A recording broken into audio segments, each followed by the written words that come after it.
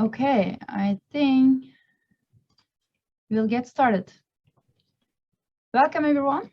Thank you for joining us today for the first presentation of our Becoming a Faculty 101 seminar series presented by INet. My name is Ayşegül Güngör. I'm a postdoc at Rutgers University, and my co-host, Dr. Coralie Bertaux, is a postdoc at Albert Einstein University. We will be moderators for this seminar series. So before getting started, I will hand the floor to Coralie, and then she will make a presentation about INet. Take it away, Coralie. Thank you, Ayşegül. So welcome everyone. So let me share my screen.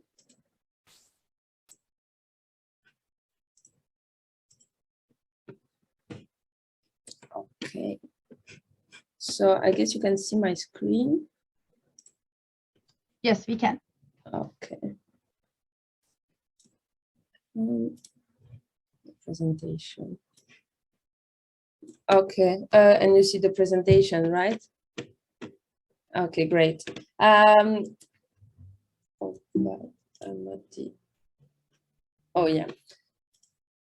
I'm at the end of the presentation. I apologize for that.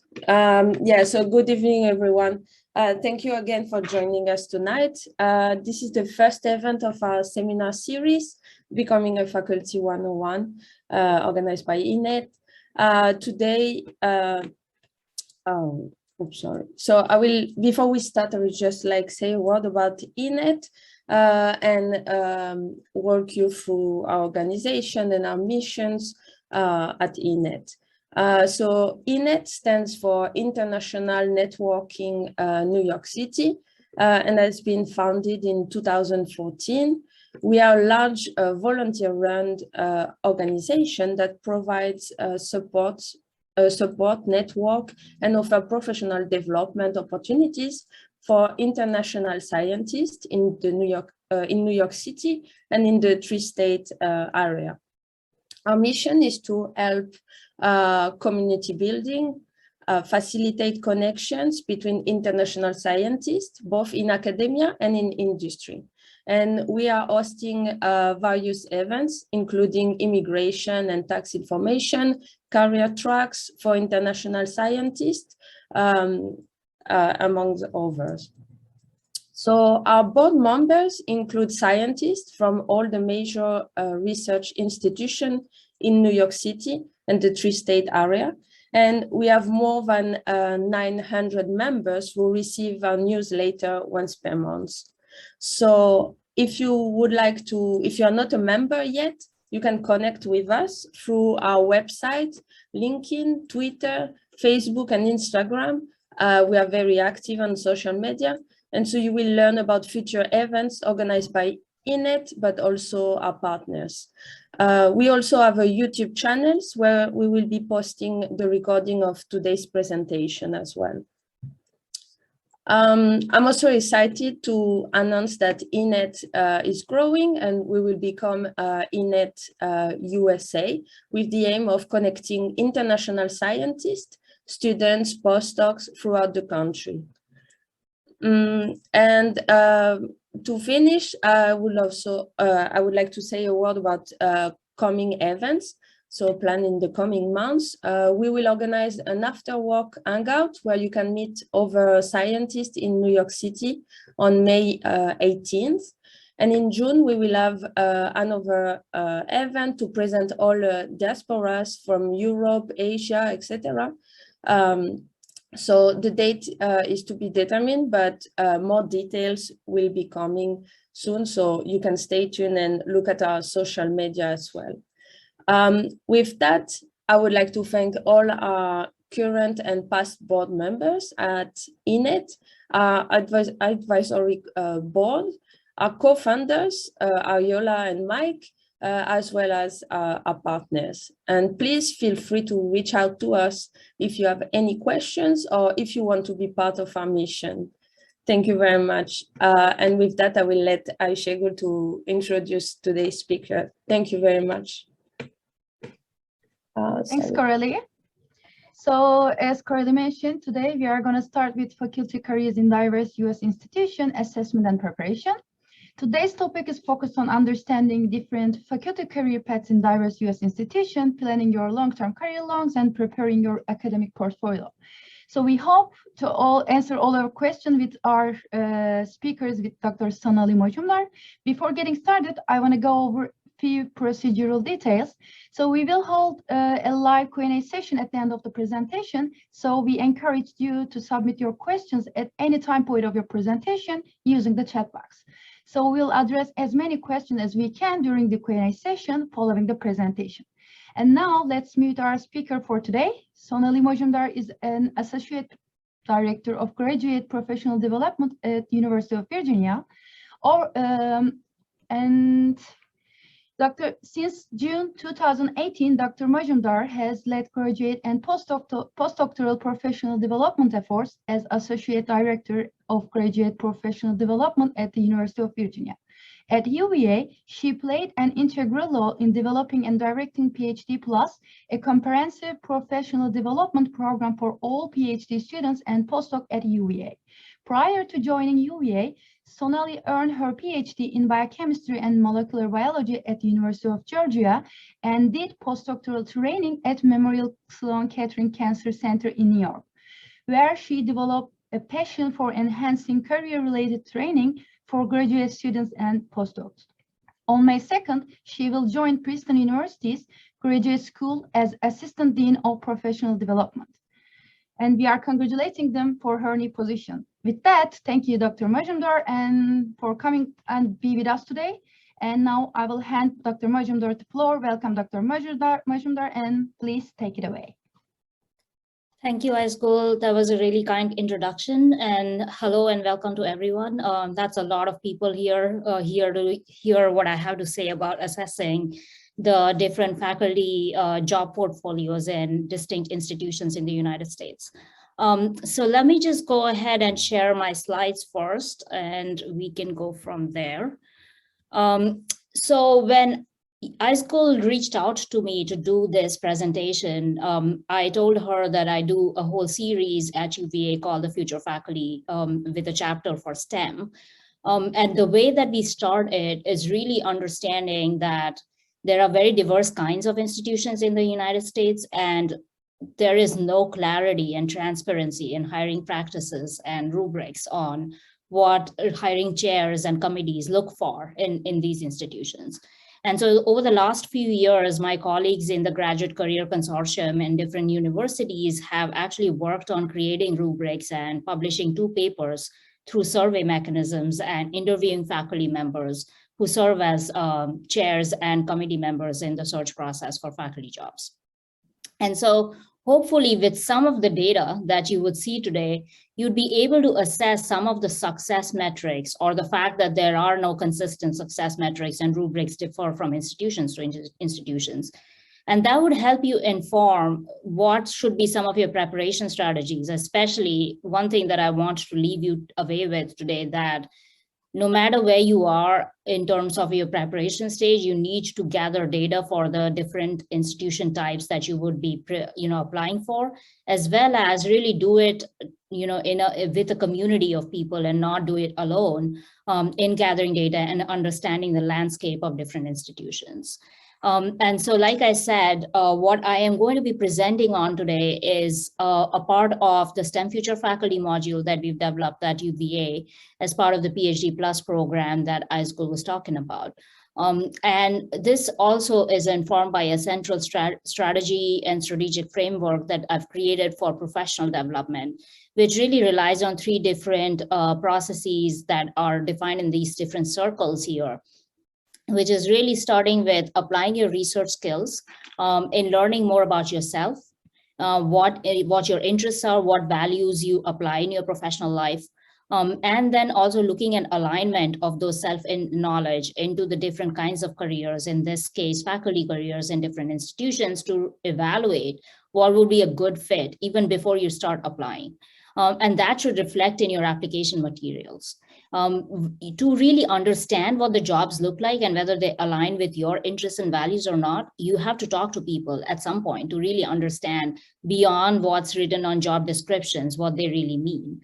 And while you are talking to people, you would be starting to build professional community, diversifying access to mentoring in the process, and learning about what skills and experiences are really valued, not just to get the faculty job, but to succeed in it as an early stage scientist and principal investigator. And that should really define your preparation strategy in terms of your developmental plan. And so what I'll be talking about today is more in the success metrics and assessment of the landscape that should really inform what are some of the skills training you should develop as in the independent research domain, in the teaching domain, as well as diversity, equity, inclusion domain, which are all intrinsic to the faculty experience. And all of these should culminate into the job search applications that you put together for the different institutions you're applying for. And so in terms of today's expectations of the session, what you would walk away with is a broader awareness that there are different kinds of institutions and faculty roles, especially in the United States. Some metrics and transparency of the hiring process and some ways that faculty evaluate new candidates. And acknowledgement that there really isn't one size fits all strategy. There's very inconsistent measures and metrics in different institutions. So let's start with talking about the types of institutions in the United States. Majority of us really target what we call the R1 institutions. So there is one classification called the Carnegie classification of all universities and research institutes in the United States. And they are classified as intensity of, whether they provide doctoral degrees or what intensity of research is done at those universities. And so primarily those are classified into doctoral program grant or doctoral degree granting universities, which are 418 of those as updated in December of 2018. And 685 universities only give master's colleges and universities, and then you have liberal arts schools and community colleges. As you might see that the vast majority of colleges and universities are the community colleges. Just give me a second, my Zoom started acting up. So when you look at the data here, you would see that only 7% of all institutions in the United States are classified under R1 or very high research intensive universities that majority of researchers apply for. The R2 category of universities, which are another 135 of them, are categorized as high research, but not very high research based on the amount of grant funding and as well as the volume of labs and research conducted in those universities.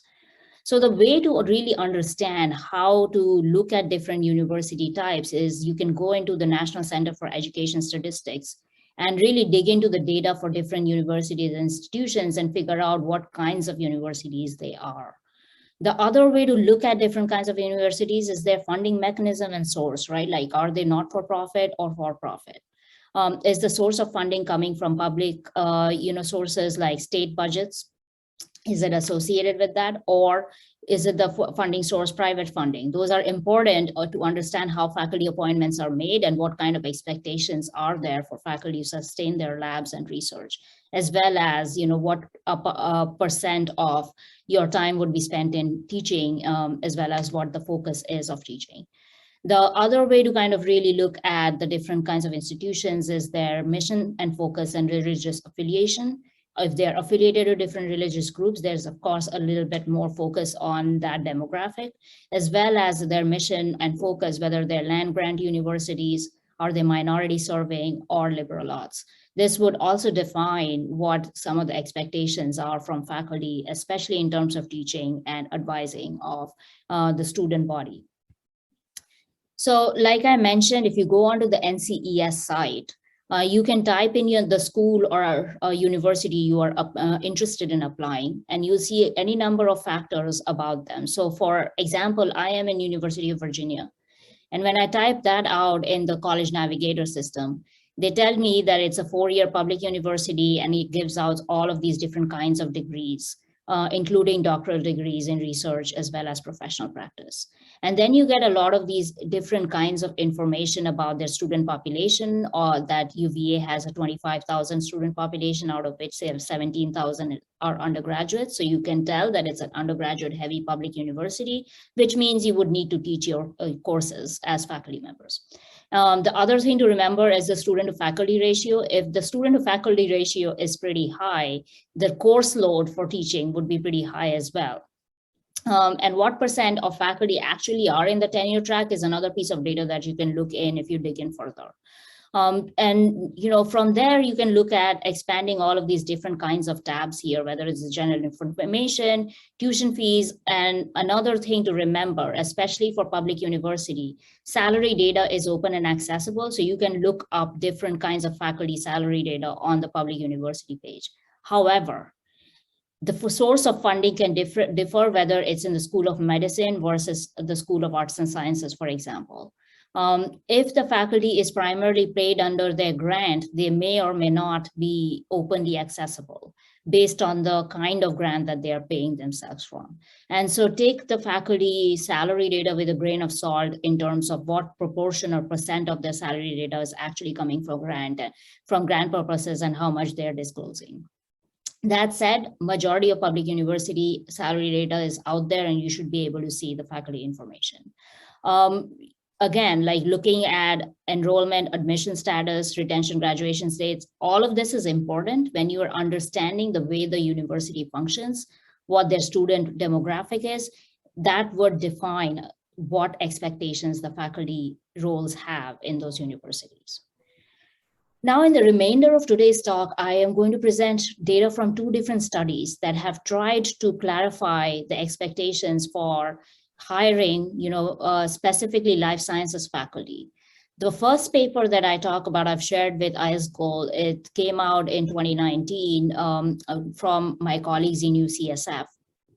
And it really, what it does is it surveys 19 different faculty members across 20 institutions to learn about what are some of their key metrics and criteria for hiring faculty and whether they can create a rubric from it. So what they've done is through this, they've created what's called the ACRA, or the Academic Career Readiness Assessment, to really make a little attempt at making it clear and transparent, the hiring expectations. It's a rubric that's developed through the OCPD at UCSF and funded by a grant from the Burroughs Wellcome Fund. And so the goal of ACRA is to really provide graduate students and postdocs with the information they need to explore, plan, and apply for faculty positions at different types of institutions, regardless of their understanding of how the US education system works integrally and independently of the mentoring that they receive, which may be inequitable. So this rubric at least is a starting point where you can help, it can help inform the hiring practices and provide some transparency into a process that's pretty cryptic at this point. And so in terms of the method for this paper, what they've done is they did a literature review and consulted with consultants to define and operationalize a construct and come up with a prototype and final version of what they call the rubric. Then they conducted interviews to establish internal validity. And the interviews were conducted with 18 different faculty members who have hiring experience at 20 universities or institutions. And those institutions are classified into research and teaching, or research intensive or teaching intensive universities. And so the R2 and masters are research and teaching. Small liberal arts colleges and community colleges are teaching intensive, and your R1 institutions are research intensive institutions. Then based on what the faculty members have picked and talked in their interviews, they elected factors that contributed to hiring decisions and came up with 16 qualifications. And for each qualification, they have defined 4 different levels of competency and ability for those qualifications to come up with the minimum expectations for each of those different institutions. And they did, like I said, they did internal validation, and with a 3-phase survey of this, they were able to qualify the rubric and validate it. So how to read this rubric? If you look at the paper, the table 5 of this is what I'm going to go over quickly. And when you look at one qualification, for example, research vision and strategy is a qualification which is defined as important for their evaluation of faculty candidates. And so based on that, the 3 different institutions, the research intensive, 67% have said that it is a really important one, and all 67% have identified the level 3 as the minimum expected of ability of candidates to actually be qualified to do the job. Whereas in the research and teaching intensive, while all 100% said research vision strategy was important, you see a distribution of what percent actually thought which level was the minimum level for qualification. So let's look at some of the broad qualifications that these faculty have identified. One is, like I said, research vision and strategy. The second is a funding plan. And so in terms of funding plan, for the purpose of this talk, I'm just going to focus on the R institutions so that we can quickly go through some of this data. So for the R institution faculty, what they elaborated is they were split between level 2 and level 3 in the funding plan, which would mean that level 1 is the minimum, where candidates are suggested to have understanding of specific funding agencies and program names that would fund their research. The level 2 is the proposed research program is ambitious and impactful enough to be funded by, if in an NIH context, an R01 grant in the long term. And the level 3 is their applications candidates have developed have shown specific aims that can be realistically achieved with a first R01 grant.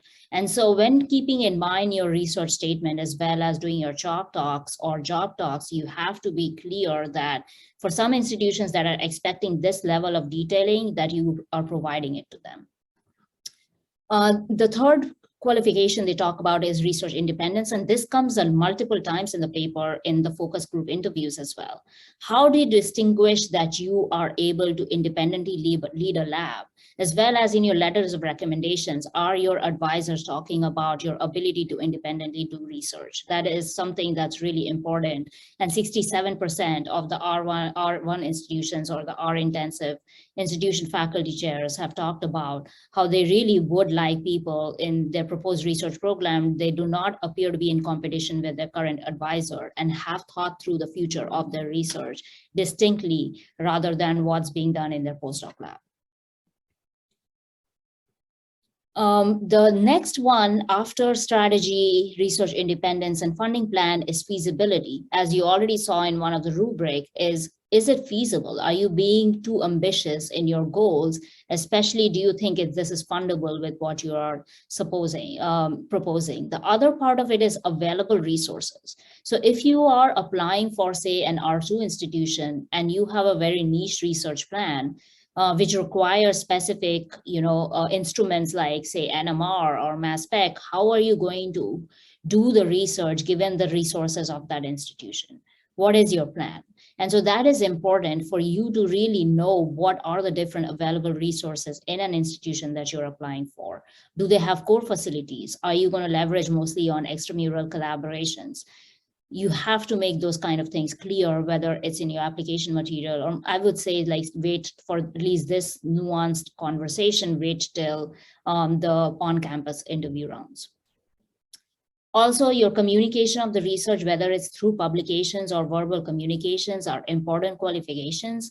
And as you can see with the R, intensive universities, they expect that someone can at least, present their science clearly and effectively to scientists outside of their subfields and subdomains, and maybe even like, a broader category of people who are outside of the subfield, as well as students who are non-PhD students.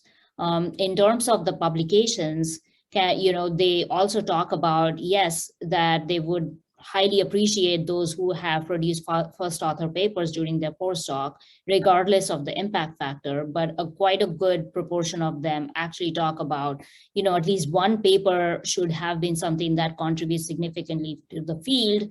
And in here, they broaden it by, it's not just the Cell Nature Science papers, but those with high citation counts also qualify as those that can contribute significantly to the field. Few of the faculty also talk about preprints and the value of preprints and what the reception has been in the field from that preprint as a metric. Finally, if you are also looking at teaching metrics for both teaching as well as research teaching universities, you need to at least at the minimum know about teaching practices specifically catered to the different kinds of student demographics you would be teaching.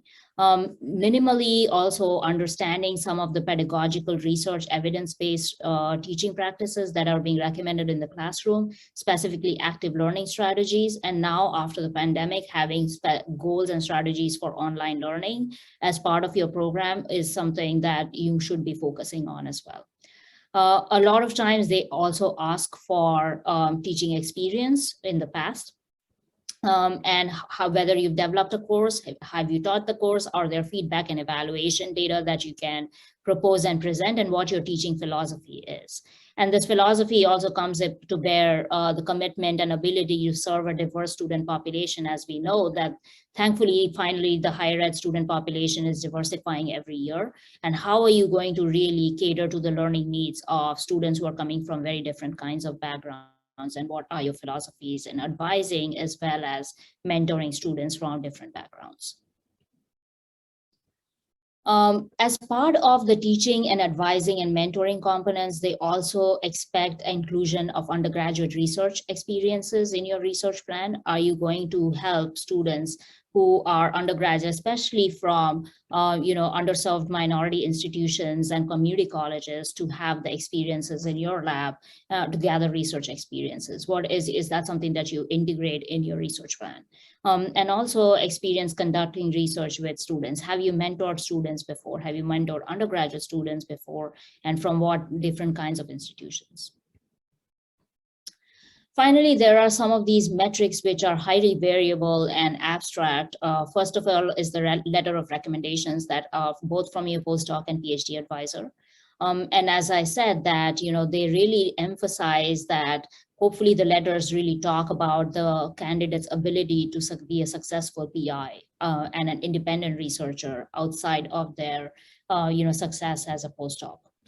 And then there's this metric called collegiality, which is what they try to see is how likely are you to get along with colleagues and the culture of an institution, as well as the student body. And that would be reflected in the different kinds of interviews you have through the day with different departmental members and citizens, as well as students. And so that's what they're gauging in terms of collegiality. And finally, fitness in terms of not just your research plan, but also some of the courses that you're able to teach, and what they really need as a department right away is something that they really look at in terms of fitness. And so through this paper, you'll see at least 16 different qualifications and different levels of ability that they really expect. However, this was data taken from just 18 faculty members in 20 institutions, and majority of them actually were in R1 institutions. And so again, this is not robust data. And so you have to, it's a start, but if anything, this should instill and inspire curiosity for you to start gathering your own levels of data from people in your institutions. One thing that I want to, end in this paper by saying that each of your departments, when they hire faculty, they have their own rubrics. They may or may not be willing to share those rubrics with you, but what they can do is at least invite you to some of those faculty, talks as well as interview sessions to be part of the hiring committee, if possible, at least to learn from how they hire. The second paper I want to quickly mention is, came out in eLife from colleagues that was inspired from this community called the Future PI Slack and the New PI Slack. A colleague and friend, Chris Smith, really helped give a talk at UVA and identifying, he was a co-author of this paper, and identifying some of the data that came out of this that I'll be going over really quickly. In this paper, what they did is, apart from asking, in parallel to asking this faculty, they really surveyed about 317 through 320 different candidates who were on the faculty job market between 2018 and 2019. And they analyzed their responses. The responses had a bias towards selection. almost 56 to 57% of people who responded got an offer or an interview, which is way higher than the national average of what percent of applicants, which is closely around 15 to 20% who get offers. And so based on if anything, you'll get a positive spin to, what you're reading and, experiences that were successful on what they thought worked in their faculty application cycle.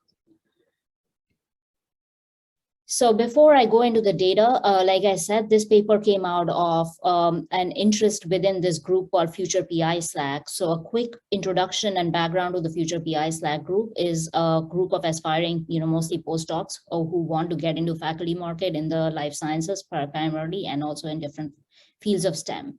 I would really recommend that you get, this is free to join, go and join this group. This group provides support for its members in different kinds of areas, including providing support and advice to faculty application process.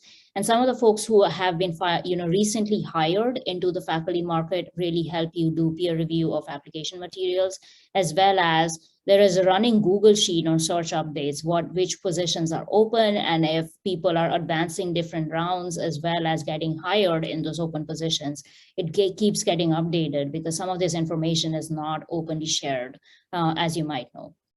And so this survey that came out in the eLife paper grew out of a community interest in better quantifying what a successful applicant, mostly at R1 universities, look like. And this launched during the 2018-2019 cycle, but they have been collecting further data in an ongoing manner in subsequent years. So what they saw is, also supports what we talked about in the last paper, is the qualifications and rubrics differ based on the institution type. And so whether it's an R1 institution, if you compare it to a small liberal arts college, some of the metrics that were instrumental in success of hiring were different, whether it was the number of publications or what percent of people who were recruited actually did a postdoc, and who had prior faculty or non-tenure track teaching appointments before. So some of the qualifiers to the study, the majority of applicants actually resided within the North American sector of US, Canada. They mostly targeted the R1 institutions, 67% did, and most of them came from biomedical or biological sciences fields. So the big take-home points were there were no, many paths. There's no singular path to success to landing a faculty job offer, from, as the respondent said. And they could not come up to, by looking at regression analysis, there were no specific metrics that aligned with offer versus non-offer at any significant accuracy. So there is nothing that they could find that could sufficiently say that was a classifier for getting an offer. So that's something for you to know, that it's all very hit or miss and ad hoc when it comes to getting hired. The supplemental decision tree analysis that they also show in the figure 5 found that there were no group of predictors again in the offer versus no offer. Again, this is pretty, customizable and dependent on department as well as what they need in each institution. That said, there are some things that came out from the respondents when they asked them how many positions did they apply to. It ranged from anywhere between 2 to 250 in the responses. But what they saw was significantly the number of interviews and offers increased at a median of 15 or more, which means that anyone who applied to 15 applications or more had a higher likelihood of interviews and offers, which is pointing to a numbers game here, that the higher number of applications you put together, the higher number of interviews and offers you are likely to get. However, there is a sunk cost here because a lot of these applications you have to customize and tailor to each university, which takes a lot of time. So if anything, if you're going to play the numbers game, start really early in applying for these positions, as well as really talk to people in those universities, those especially who were hired recently in the departments or related departments in your fields.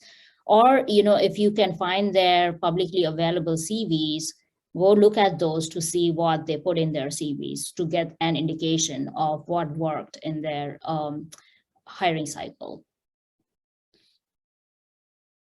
All right, so apart from the application number having a pretty strong positive coefficient, the citation number also showed that it had a positive contribution to their, hiring. So showing that you have recognized scholarship or you significantly contribute to the field is important. Again, that's validated in the ACRA paper as well. The candidates also felt that the ability to show that they can secure funding in the future, whether it's through transition grants like K-99 or postdoc fellowships, also positively contributed to their success. If you were also looking at a non-academic parallel path at the same time, that has a negative correlation. So you need to single-mindedly pursue the faculty track when you are on the job market for academic jobs. Because if your attention is divided between industry jobs and faculty jobs, you probably are not performing at your most best ability. And again, the faculty application cycle is mostly happens in between summer, fall, and early spring, right? Late summer, fall, and early spring. And so at least in that timeline, I would say if you're on the market, seriously, keep it focused to the faculty cycle and then, focus on industry and other jobs, unless and until something opens up that you're really keen towards and you can move forward in doing the parallel search. Like I said, they also, there was a positive correlation with the postdoc fellowship as another indicator that you are able to secure funding with the research area that you're proposing. The other thing that was negatively correlated was the years on the market, basically saying don't wait too long to get into the academic job market. And it doesn't matter if they are doing it multiple times. The early experience that you have as a postdoc, the better you can get with the second cycle that you'll be applying for. There's also supporting and validating data on optimal postdoc length for people who have secured faculty positions. In this paper, but the data that I'm showing is from Council of Graduate School has a PhD Career Pathways project, which is funded by NSF, and they look at all STEM disciplines here. And as you can see, when they look at population of alums who have got successful faculty positions versus population of alums who have gone into industry, it's typically alums have a longer postdoc track, especially in the life sciences, of approximately 5 years for a faculty position, which should not come as a surprise to any of you. If anything, the 5 to 6 year window is mostly where a lot of the successful candidates reside in terms of postdoc experiences. Finally, in this paper, they also they surveyed some search committee members and asked them what their big criteria for hiring were. And then they compared what the applicant's perception was that came out from the survey, as well as what did the search committee survey indicate.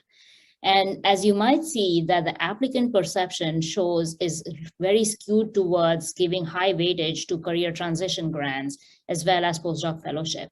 However, that wasn't necessarily top on the mind of the search committee. What they really focused on is, your interview skills and how strong your research proposal and statement was, as well as, even weight given to preprints and what was your future research going to look like and what the reception in the field was about. And so one thing that I always tell the postdocs and students I work with is you have to really shine in your research statement and your job talk and job talk. That's where they're going to grill you. You have to have really a lot of clarity on what you are going to propose for the first 3 or 5 years of your lab and for sustaining long-term goals in your lab. What kind of collaborations you would build.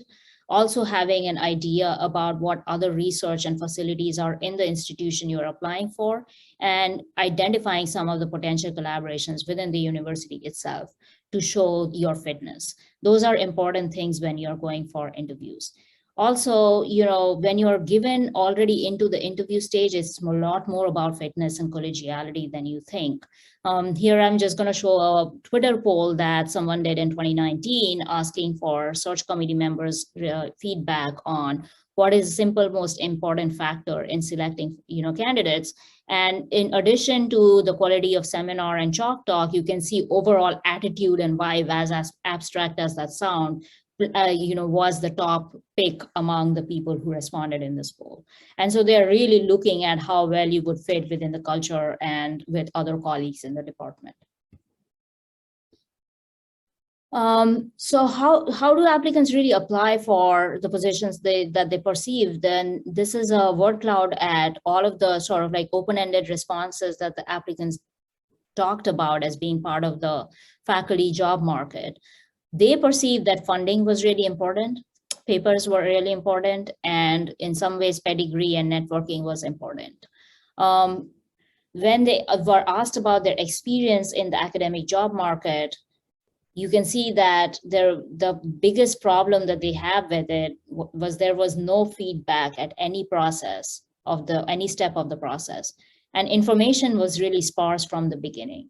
That's why I want to again emphasize that before and as you are planning for your faculty jobs, really try to gather more specific information for the kinds of departments and universities and institutions you're applying for.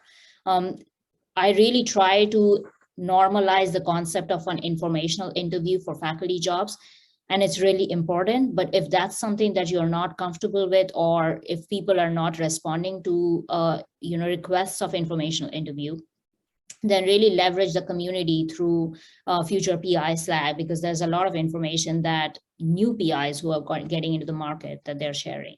And also, social media is really instrumental now in making transparency and democratizing some of this like cryptic process.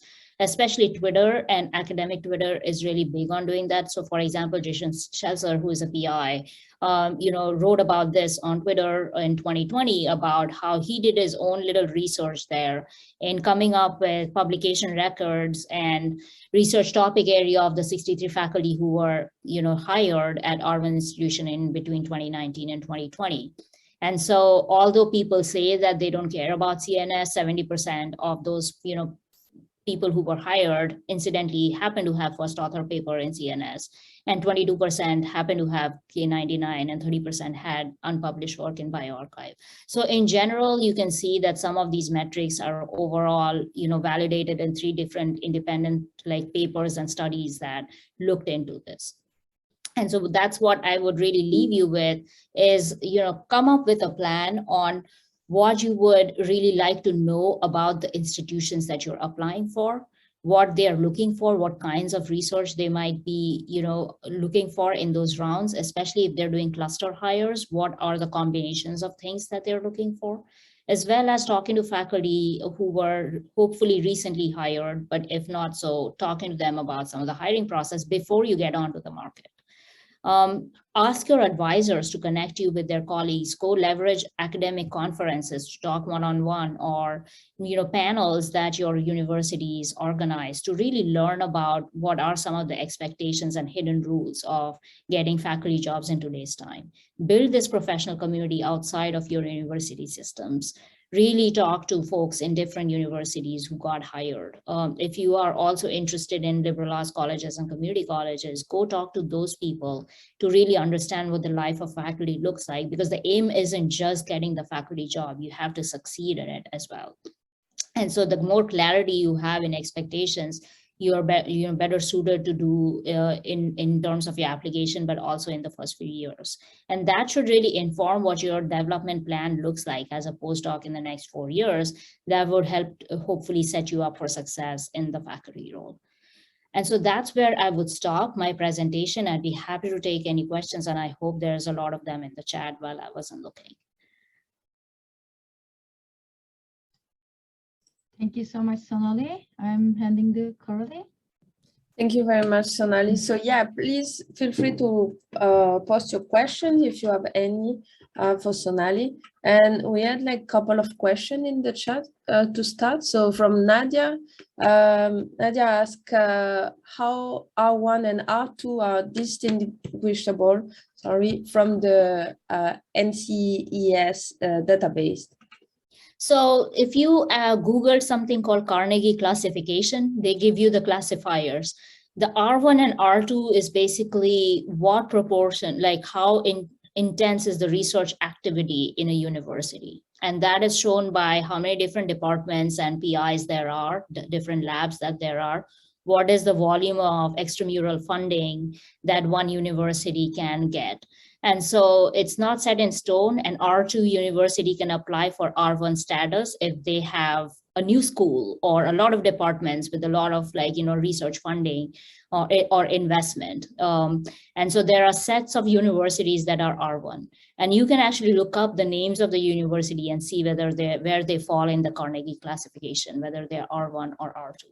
That's not to say that an R2 university won't have money in a specific field. They might just be niche and nuanced in that field, and they may not have the breadth of research happening in those institutions.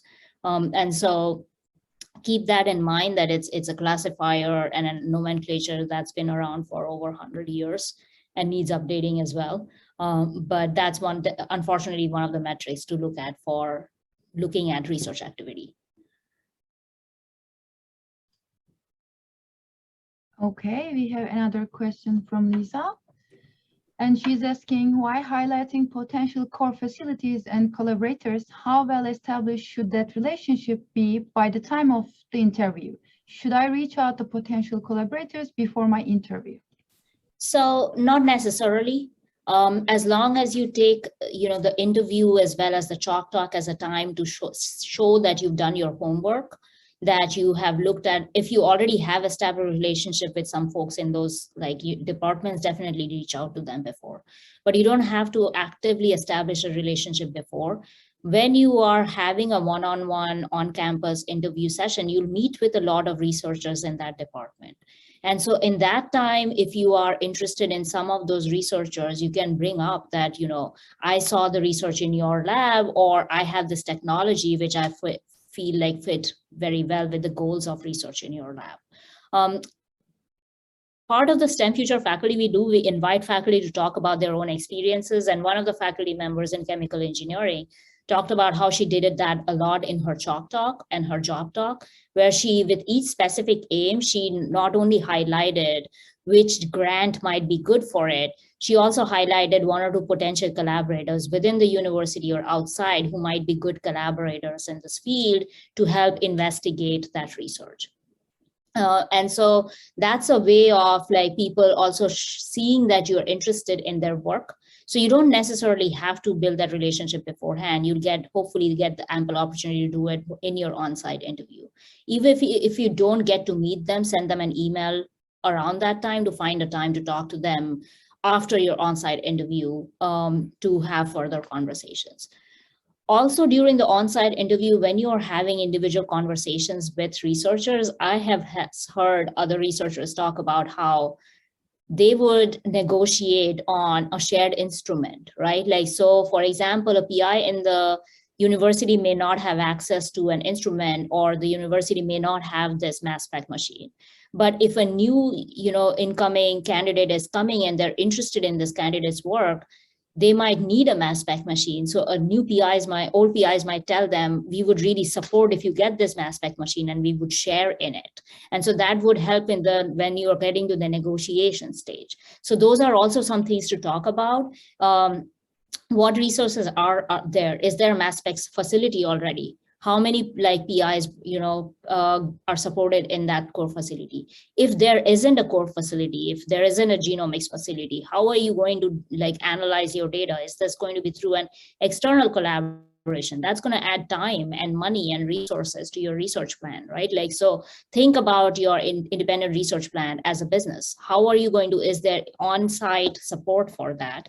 If not, would you want off-site support? And how is that going to add to your startup package, which I didn't get into, but that impacts your startup package and the funding that you would be asking for.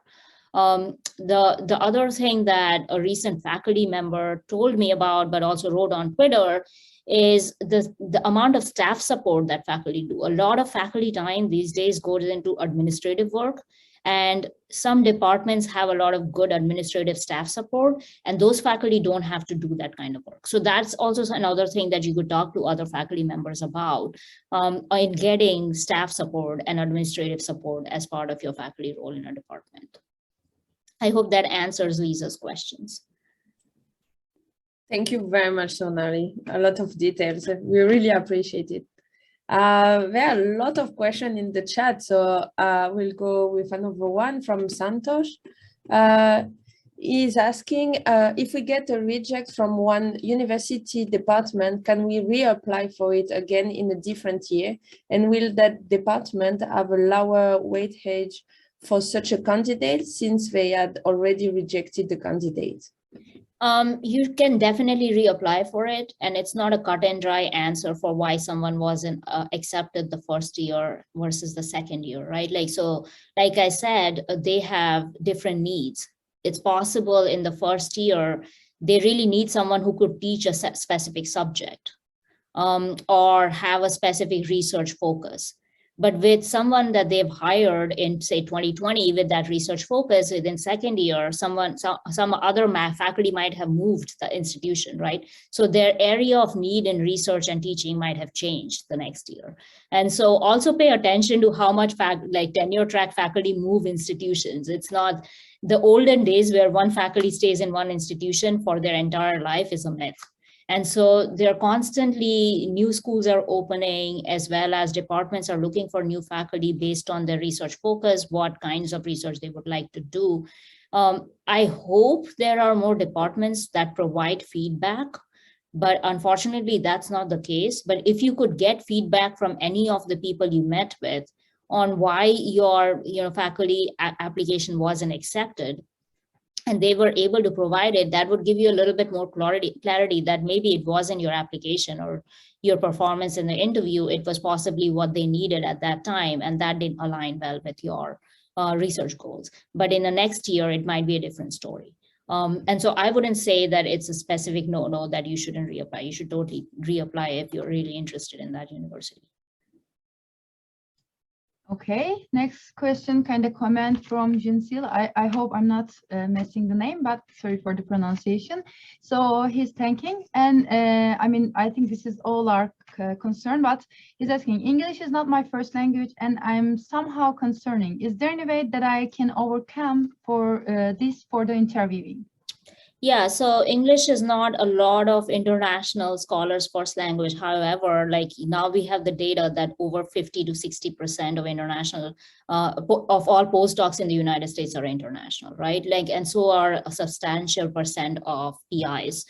So the couple things here.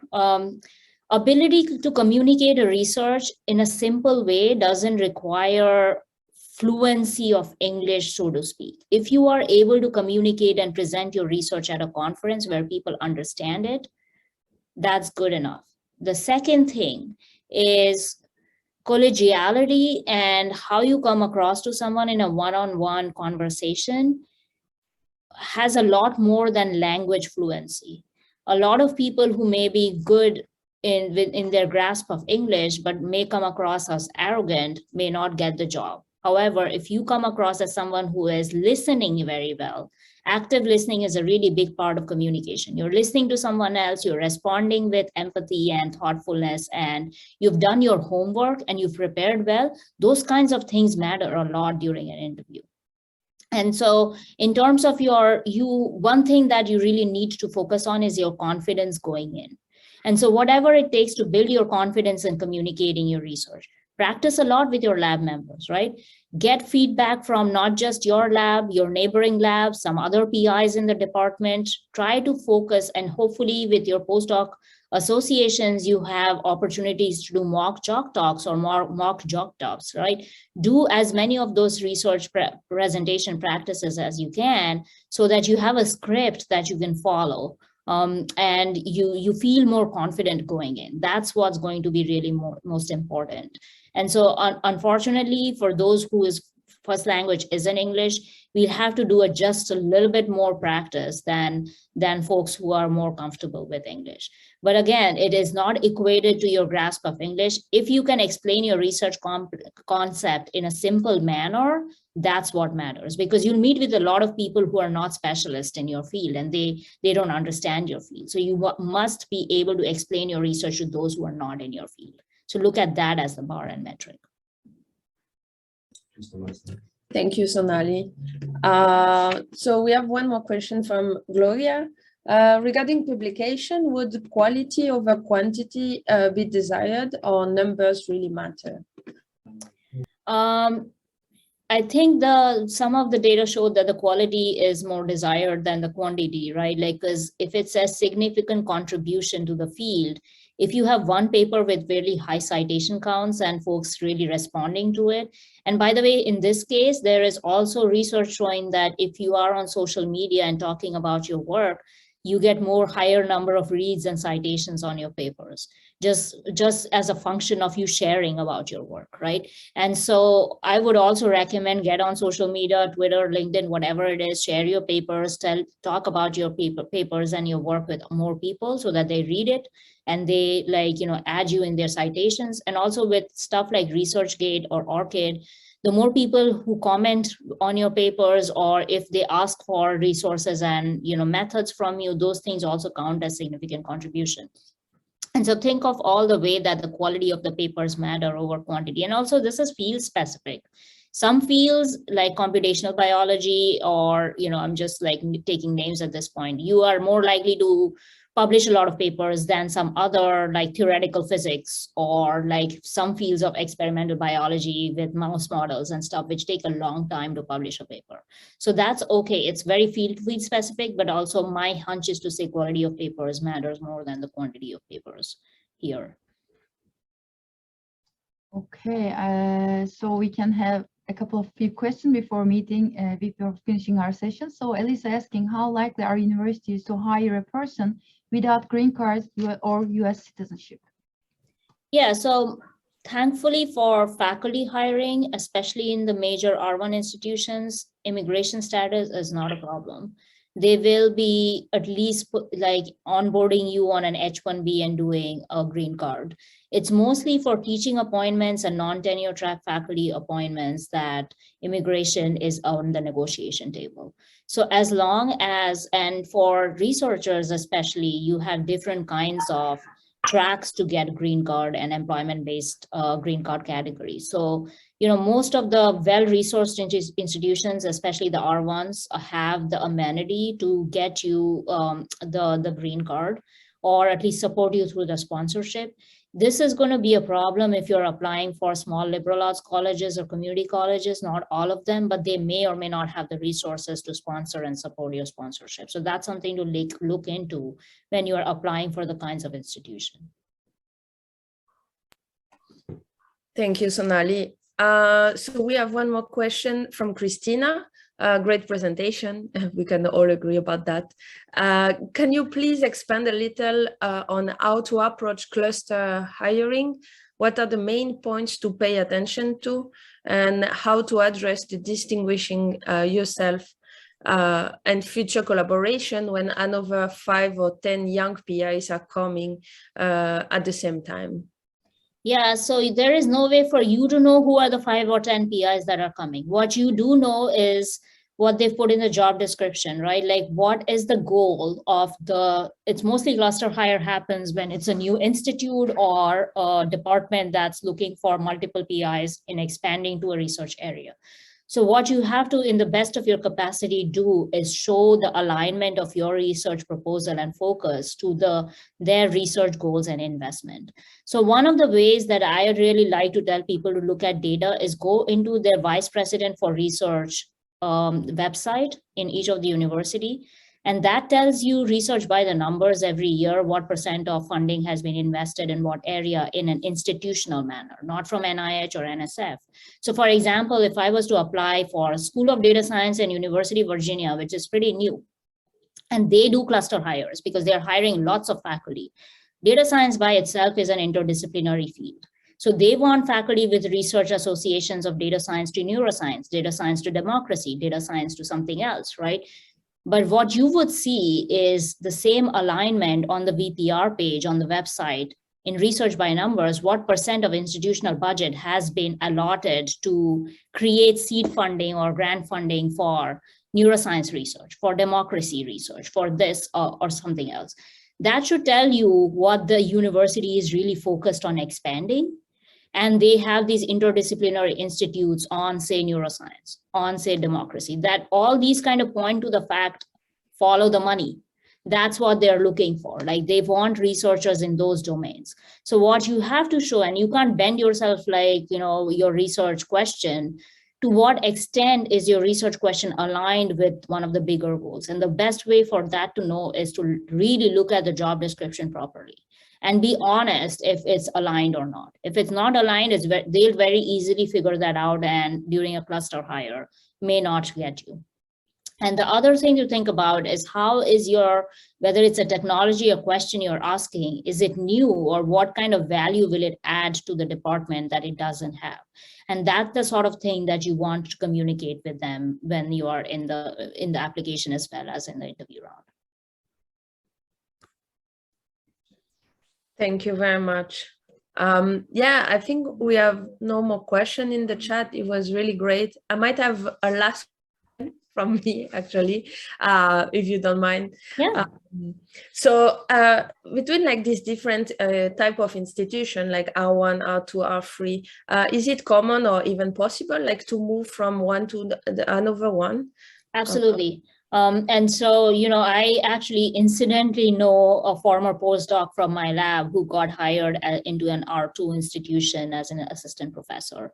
But 3-4 years in, he published really well and got hired in a R1 institution now in a different department as an associate professor. So while you're on the tenure track, that's what I mean, that a lot of tenure track faculty are now moving institutions. They're moving between the different rank institutions.